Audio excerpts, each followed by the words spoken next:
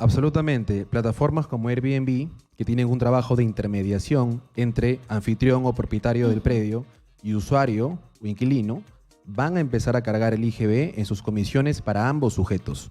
Para el propietario, a quien también le cobran una comisión, y para el inquilino, también cargan el IGB. En conclusión, el inquilino es quien va a asumir toda la carga económica, porque finalmente de lo que él pague, se cubren ambos impuestos. Continuamos con el mismo tema y con la misma pregunta, la misma interrogante. ¿Sí vamos a poner eso en una balanza? ¿Realmente se va a realizar una recaudación exitosa para el Estado peruano o es más la molestia de los usuarios? Vamos a darle la bienvenida a Octavio Salazar, experto en temas inmobiliarios y socio de Ecovis Perú. Muchas gracias por estar aquí. Bienvenido. Muchas gracias por la invitación. Un gusto. Gracias. Le voy a repetir la misma pregunta. Sé que la escuchó y sé que ha escuchado el comentario de nuestro invitado anterior, Jaime Dupuy. ¿Realmente es beneficioso para la reactivación económica? Si ponemos la balanza, vamos a utilizar algunas frases coloquiales. ¿Qué pesa más, lo que se va a recaudar o la incomodidad de los peruanos que tenemos que gastar más en una época donde estamos ajustados con el bolsillo? A ver, por el bienestar del país, esperemos que el comentario del ministro de Economía y Finanzas sea acertado. Se espera una recaudación en el año de 200.000 millones de dólares a más. En la realidad, aplicar el IGB a estos servicios digitales supone que los usuarios finales, nosotros, recarguemos de mayor gasto en nuestros bolsillos. Esperemos que esa sea la vía correcta, que fomente el cumplimiento y que no termine por desincentivar, por generar mayor informalidad. Eso, usted mencionó algo muy importante, porque hay personas que se suscriben a través de la formalidad con estas plataformas, vamos a llamar, por ejemplo, Netflix. Pero hay otras personas que te ofrecen a 5 usuarios, 4 usuarios por un monto de 15, 20, 25 soles y eso ya es informal. Absolutamente, y no solo eso, la norma como tal prevé que las personas que paguen, por ejemplo, a través de una tarjeta emitida por el sistema financiero peruano, se consideran sujetas del impuesto. ¿Qué pasaría si yo empiezo a contratar Netflix con una tarjeta emitida por un banco extranjero? Rompí la lógica de la norma, ya no estoy sujeto al IGB. Entonces, claro, apuntemos siempre a generar formalidad e incentivar a recoger a la población, con que contribuir con la sociedad es importante, pero no sé si esta medida sea la más idónea para ello. Ahora vamos a hablar sobre su rubro, que es el tema inmobiliario y una aplicación que se ha hecho conocida en los últimos años y que muchos peruanos seguramente que la han escuchado, el Airbnb. Sí.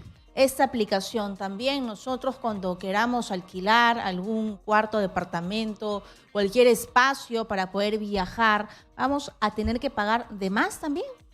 Absolutamente. Plataformas como Airbnb, que tienen un trabajo de intermediación entre anfitrión o propietario del predio y usuario o inquilino, van a empezar a cargar el IGB en sus comisiones para ambos sujetos. Para el propietario, a quien también le cobran una comisión, y para el inquilino, también cargan el IGB. En conclusión, el inquilino es quien va a asumir toda la carga económica, porque finalmente de lo que él pague, se cubren ambos impuestos. Eso quiere decir de que ahora el precio va a ser mayor. ¿Va a ser conveniente, va a ser rentable ahora que yo alquile un Airbnb o mejor alquilo un hotel? Yo creo que no va a incentivar, cuando menos, el crecimiento del turismo, si es que tomamos en cuenta que los precios podrían elevarse. Hay una contingencia adicional. El hecho de que las personas que alquilan sus predios a través de Airbnb va a generar va a permitirle a la SUNAT tener en consideración los nombres, los apellidos, los datos de estos propietarios, podría exacerbar que en el ámbito del impuesto a la renta, las personas naturales al día de hoy paguen un monto mayor. Por ejemplo, si una persona tiene un departamento y lo alquila, por la retribución que genera, paga el 5% del impuesto a la renta. Si cobro 100 en el mes por renta, le mando 5 a la SUNAT y cumplí. Si la persona tiene una actividad frecuente en Airbnb, la SUNAT podría considerar que esta persona es una empresa para fines tributarios. Y ya no le exige el 5%, le exige el 29,5%. Wow. Claramente va a haber un desincentivo. Increíble. Muy bien, son las 12:27. Vamos a darle, por supuesto, un espacio para la pausa comercial y regresamos con nuestro invitado Octavio Salazar, experto en temas inmobiliarios y socio de Ecovis Perú, para responder las preguntas de la población y por supuesto las preguntas que tenemos aquí en Radio Exitosa. No se lo pierda, somos Exitosa, la voz que integra el Perú. Vamos a agradecerle a nuestro invitado Octavio Salazar, experto en temas inmobiliarios. Muchas gracias por su presencia.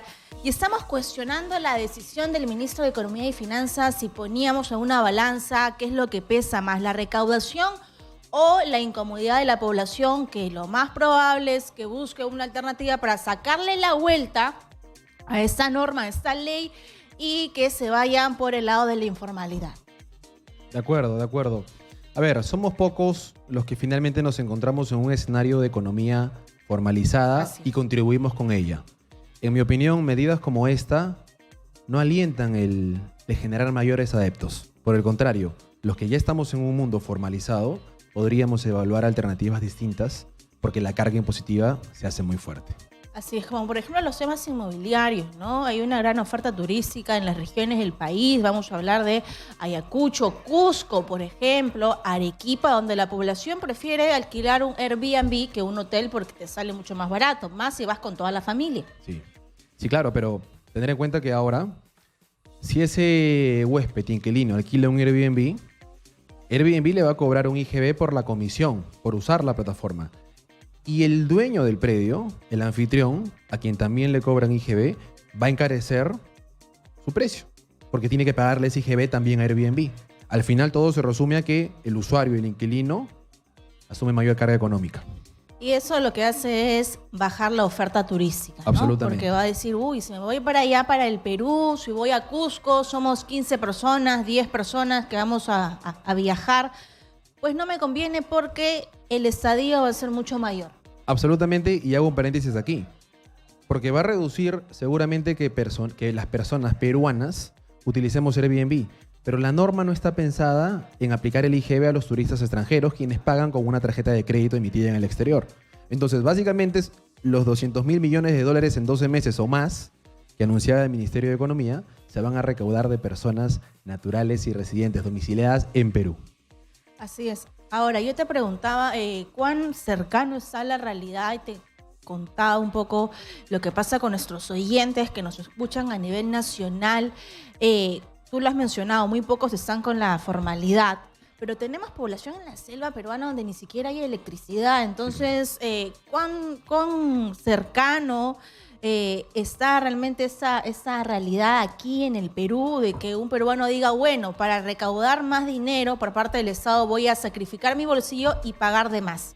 Con algo que quizás no es tan esencial como un streaming, por ejemplo. Completamente, completamente. Y si analizamos el caso concreto, a ver, la realidad peruana nos dice que los servicios públicos y los bienes públicos ofrecidos a la población no son de calidad. Entonces, bajo esa premisa, exigir mayores impuestos en poblaciones donde ni siquiera tenemos luz, no tenemos salud, no tenemos educación, eso es un problema. Muy bien, muchas gracias. Gracias a nuestro invitado, Octavio Salazar, experto en temas inmobiliarios. Finalmente, ¿cuál es su mensaje para toda la población que quizás sí tiene o sí utiliza estos streamings o sí utiliza esta plataforma de Airbnb? A ver, la norma al día de hoy sigue siendo muy discutida. Su vigencia y validez no están del todo reconocidas por el sector, por el mercado. Veremos qué pasa en los próximos meses, todavía falta una reglamentación. Es en octubre, ¿no? Esperemos que se resuelva de la mejor manera y que se ajusten las cuestiones que, reitero, no incitan a la formalidad, sino todo lo contrario.